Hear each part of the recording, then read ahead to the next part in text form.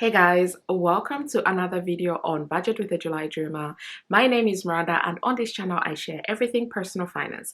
I cover budgeting, saving and investing. If these topics of interest to you, then please hit the like button, subscribe if you haven't already, and let's get in today's video. So for today's video, I am going to be talking about sinking funds. I realized that with my Transfer Tuesday videos, I've been talking about making my travel goal also work as a sinking fund, in that I have a specific goal of £5,000 for 2023, but also at the same time I'm using that money as I save it. So I figured now is a perfect time for me to give you firstly what sinking funds are and some of the common questions that I get on sinking funds, and then also tell you what I'm doing for my sinking funds as well.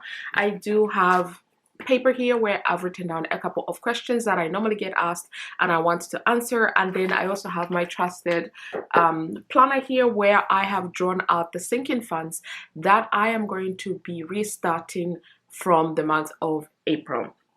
So with that being said, let us get started. So first question that I always get asked is, what is a sinking fund? Because there seems to be some misconception between sinking funds and emergency funds. But a sinking fund, I wrote down here, is a special purpose savings account.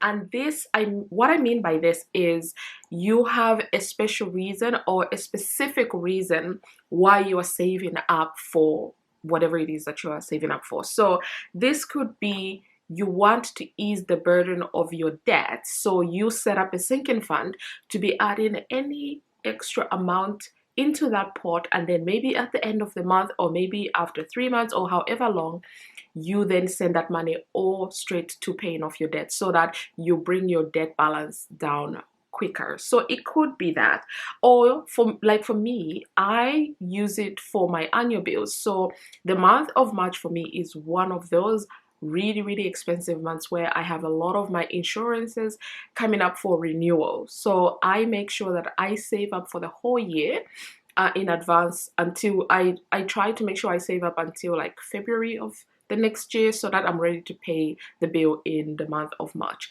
So I save up for my annual bills, like my home insurance, buildings and contents insurance, all of that good jazz. That's what I use my sinking funds for. So a sinking fund is a special purpose account that you set up for a special reason, right? The second question here that I touched on a little bit is the sinking fund the same as an emergency fund? And the answer is no. Your sinking fund is not an emergency for per se. Now, let me explain what I mean by this. So, for your emergency fund, it's only for emergencies, and you need to be clear on what those emergencies are for you. So if your car breaks down, is that an emergency? Yes. If you need the car to commute, to go to work, to move around, blah blah blah, that is an emergency. But is it an emergency that your emergency fund should take care of, or is it an emergency that your sinking fund should take care of? It depends on the amount. If you've chosen to save, let's say, £20 every single month for car repairs and any emergencies that come up with your car, then you have that specific fund to use. But if you don't, then this is where your emergency fund, comes in, and you use the emergency fund. But also the difference between an emergency fund and sinking fund is not only that the emergency fund is for emergencies, but normally your emergency fund has a defined amount. Normally that would be you save up for either 3 months of your expenses or 6 months of your expenses or a year's worth of expenses. Whereas for sinking funds, it really varies, because if you're saving up for just one sinking fund, you might as well bundle that together with your emergency fund. But if you've got multiple sinking funds, like a lot of people, then you want to save for those sinking funds together, or however you set up your accounts. Maybe if you use online banks like Monzo, it allows you to set up different pots so you can set the target amount that you want and then save accordingly. So there is a difference between your emergency fund and your sinking fund, and mostly to do with one has a specific amount and one has a specific goal. So that is, at least that's how I understand it. So let me know in the comments what your thoughts are. The next question I have written down here is, how do I get started? I get asked this a lot. How do I get started? So for me personally, I have written down exactly how I got started. First off, I figured out what my goals were. Like, what did I want to save up for? I definitely wanted to save up for my car, so that I have car tax, I have car MOT, I have my car insurance, I have Christmas that I wanted to save up for, buildings and content insurance, I have Amazon Prime, I have Disney Plus, and I have all other app subscriptions which are on my phone, so I know what they are and how much they are. So that's how I started. So once I figured out exactly what I wanted, I had to now figure out the amounts for each of these sinking funds. So I figured out the sinking fund for my tax is about £100.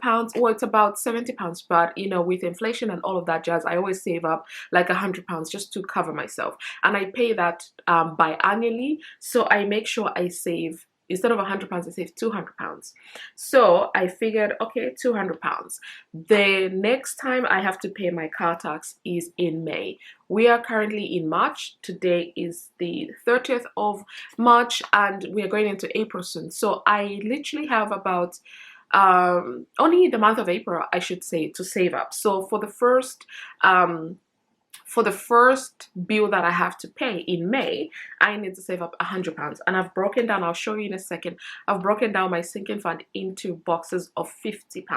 Now, if I had 2 months, so I'd have saved in March £50, in April £50. But because I only have a month left, I'm going to send £100 so that I'm able to pay this off for the month of May, and then from May onwards I'll start £50 until I'm able to save up the £200 that I need for this November, and then for the following year, May, as well. So this is how I do it. So I figure out what the goal is, you know, I want to save for, then I figure out how long I have, then I divide how long I have with the amount that I need to save, and then I start making deposits every single month. So like I said, for me, I'm gonna start all of these accounts again in the month of April, because the majority of the sinking funds that I have get used up in between September and March. So I start, you know, saving for those periods as I go. And you would notice in my budget, I do have a line item for sinking funds as well.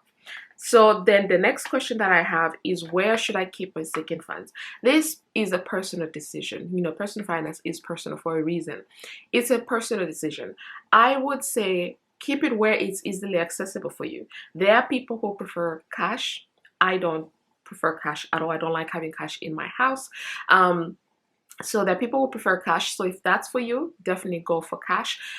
You can also keep it in an online bank, not in your checking account. I must emphasize, don't keep it in your checking account because it's easy to spend when it's just right there. So move it to a savings account. If you use banks like Sterling, Monzo, Revolut, I don't know about Revolut though. Monzo, they allow you to create pots, and you can move money into those specific pots so that you're able to save up the amount that you need, and it's not right there in your main account. It is in a separate pot, so it's a little bit hidden, but it's also very easily accessible should you need it. But the important part is it should be easily accessible, so that, for example, for your car maintenance, if something comes up and you need to access that, you should be able to access it a little bit quicker. But you know, it's also a personal choice. So what kind of sinking funds can you have? I think I've mentioned a lot of them across this video, but I normally have holidays, car, self-care, and now that I have a loan, I could also add debt there. But I am going to show you the ones that I am going to start saving up again for the month of April. So I don't know if you can see this because it's really bright. Yeah, but there we go. So these are the ones that I've created that I'm going to be using. I've done boxes of either 100 or 50, and this is what I am saving up for. So I try and save up for things that I know I have to pay for every single time, like, you know, my car insurance, which is coming up in September, my car tax, which is coming up in May, and then in April, I actually do have my Disney Plus, because as of filming this video today, my Amazon Prime is coming up, but I already saved for that and the money is already in the account waiting to be taken. Disney Plus, I already have that money as well in the sinking fund savings, so that will be moved over into my checking account next month when Disney Plus takes their cut. And so that's how I do it. So I hope you find this video useful. If you did, please give it a thumbs up, subscribe if you haven't already, and I'll see you guys in my next video. Bye.